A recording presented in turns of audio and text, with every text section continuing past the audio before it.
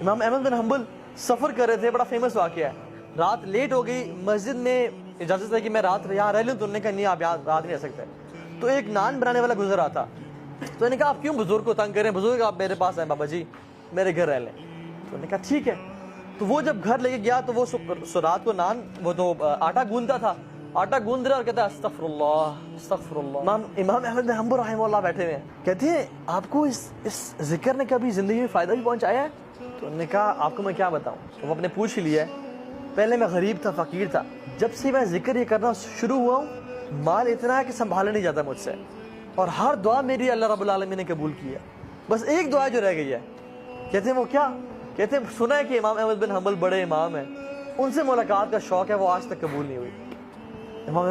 امام احمد بن حنبل کہتے ہیں کہ وقد جررت الیک جرا، ایسے لگتا ہے کہ مجھے آپ کے پاس گھسیٹ کے لایا گیا ہے آپ سے ملاقات کروانے کے لیے. میں ہوں امام احمد بن حنبل. یہ ہے توبہ استغفار کے فائدے.